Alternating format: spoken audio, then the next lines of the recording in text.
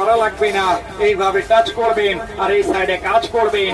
এই পাশে কুচি হবে, এই পাশে কাটবেন, এটা গোল গোল করে কাটবে, চোখ জ্বলবে না, হাত কাটবে না, যে কোনো সবজিকে কেটে শেষ করবে।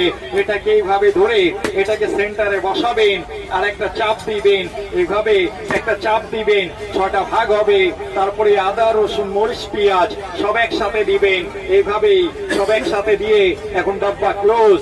এক হাতে ধরবেন আর এক হাতে ছেড়ে ছেড়ে চাপ দিবেন। এটা পেঁয়াজ আদা রসুন মরিচ, গরুর মাংস খাসির মাংস মুরগির মাংস হাড্ডি ছাড়া কিমা হবে।